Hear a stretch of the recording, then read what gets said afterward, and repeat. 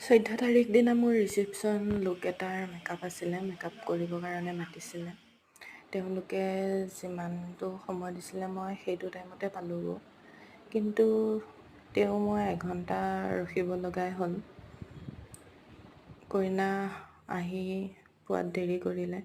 তাৰপিছত তাই অহাৰ লগে লগে মই মোৰ কামত আৰম্ভ কৰিলোঁ। তাৰপিছত সেইদিনাখনো বহুত বেছি গৰম আছিলে। সন্ধিয়া সময়ত বৰষুণ পৰিছে যদিও মানে গৰমটো কমা নাছিলে। ইয়াৰ তাইৰ ফাইনেল লুক, এইটো পাৰ্টি মেকআপ আছিল।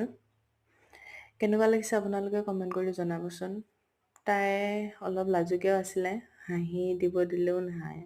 মই কোনো মতে মানে যেনে তেনে অলপমান মানে হাঁহন অলপ উলিয়ালোঁ। কেনেকুৱা লাগিছে আপোনালোকে ক'বচোন। তাৰপিছত মেকআপ কৰি হৈ গ'ল, তেওঁলোকে জোৰ কৰিলে, খাই কৰি আহিব দিলে। তাৰপিছত খাই কৰি আমি ঘৰলৈ গুচি আহিলোঁ।